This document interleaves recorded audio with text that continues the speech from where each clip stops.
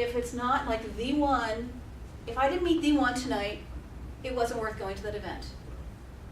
A lot of these events are cited online these days. You can see, and so all of this also goes under the auspices of internet dating because they're kind of social networking. I'm generally trying to cite events for different age groups when I know about them, and for whatever like different groups that I can, so people have a variety of things to go to. And I love internet dating.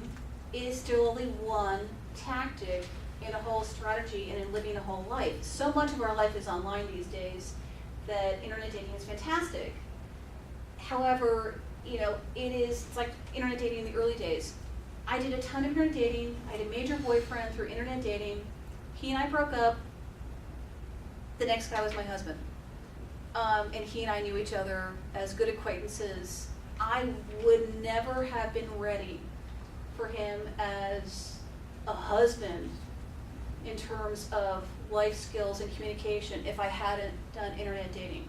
So for me, internet dating was absolutely a success, even though I married someone not from internet dating. I was like, oh, he would never have married me, if I hadn't had that kind of like foundational stuff.